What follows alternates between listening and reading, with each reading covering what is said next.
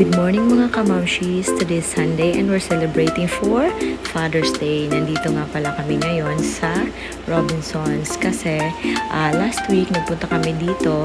Sakto lang nag-CR kami. Nung patapos na kami is naririnig namin yung kanta na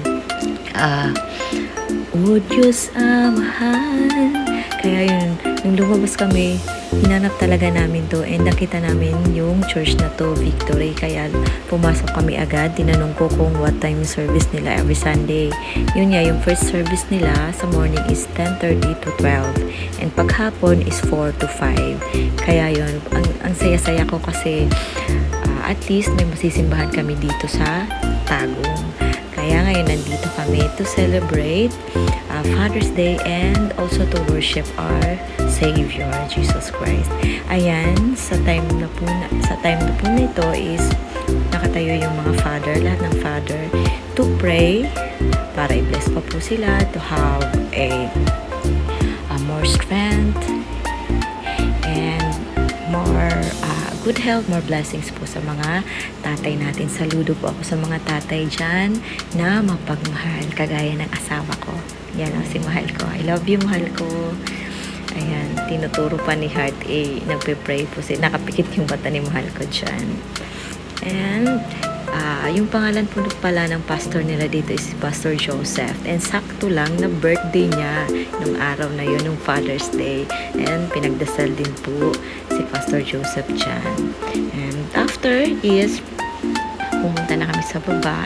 Nung unang punta namin dito is naka-close pa tong Skechers. Nung pagbaba namin nakita ni mahal ko, ayan, open na pala yung Skechers store. And sakto lang kasi kailangan niya ng sapatos kaya ililibre ko siya kasi Father's Day ngayon. Ayan, nagpili-pili na siya, nagsukat-sukat. And wala sa plano namin na bilhan din ako at saka si Heart.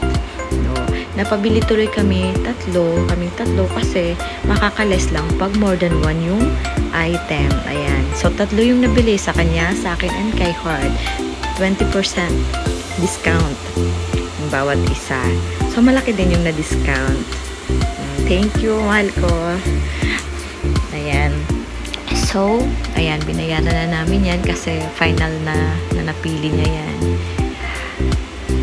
Size 42 yata si mahal ko dyan. And nagsukat na din kami ni Heart dyan.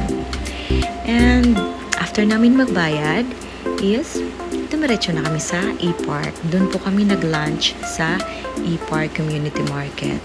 Unlike other park, pag pumunta ka, okay lang na wala kang dalang pera. Tambay-tambay lang.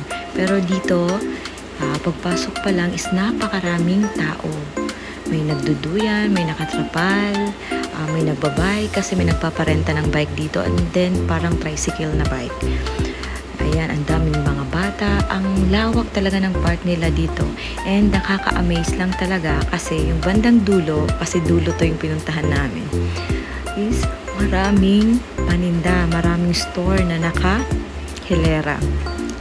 Ayan, tapos pagpasok namin is may pa-sound pa, may pa-microphone. Siguro may program sila kanina dyan kasi Father's Day nga, patreat nila sa mga father. Ayan, yung mga store nila. Ang dami mong pagpipilian dyan. So, di pwede na pumunta ka dito na wala kang dalang pera kasi mapapabili ka talaga.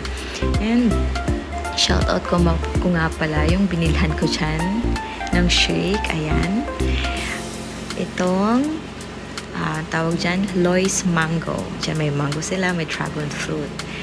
Ayan, may coffee body din sila.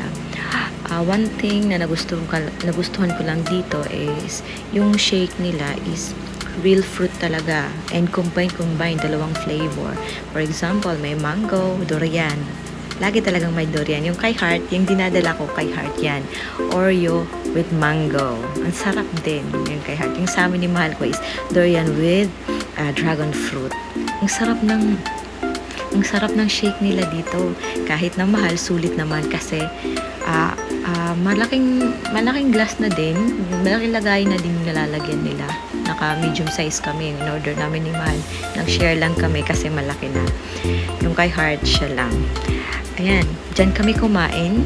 Doon nga pala kami nag-order sa may litsunan. Nag-litsun talaga kami dyan. Para ma-high blood. Jesus name.